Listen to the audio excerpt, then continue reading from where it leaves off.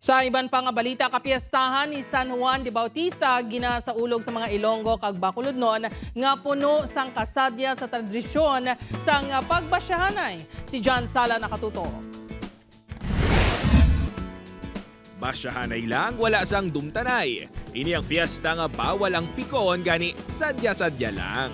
Nangin madinuago ng pagsaulog sang kapiestahan ni San Juan de Bautista sa syudad sang Iloilo, ilabi na sa barangay San Juan Molo. Halin sa barangay hall sa suludlon nga bahin sang barangay hasta sa Dalanon.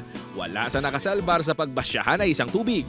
Agon makalikaw nga may mahalitan ilabi na ang mga nagapadulong sa ila obra kag eskwelahan, nagpatuman sang road closure diri sa mayor nga Dalanon sang barangay San Juan Molo. Apang madamo sa gihapon ang nagalabay gani pasensyahanay na lang suno sa mga residente. Bangga Baluarte to boundary sa Kalumpang and San Juan para di iwas na lang bala mga basyahan ang mga gaululubra, mga gasakay sa jeep. Magluwas sa basyahanay sang tubig mayara sang religious fluvial procession kag balaan nga misa.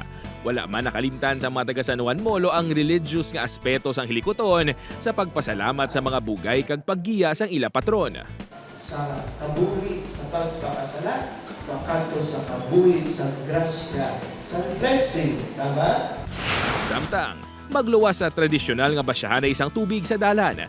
Gin-level up ang kasadyahan sa barangay Punta Taytay, Bacolod City bangod sa foam party nga ginpasakupan sa mga bisita kag tumandok.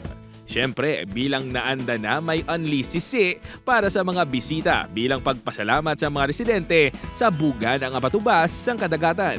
Nagamukbang kami, may foam party pa. Anami, ida sa amon, kapitan. Pegi ko, once a year na namon, kina-celebrate eh. Upod kay Romel Porquia, John Sala, One Western Visayas.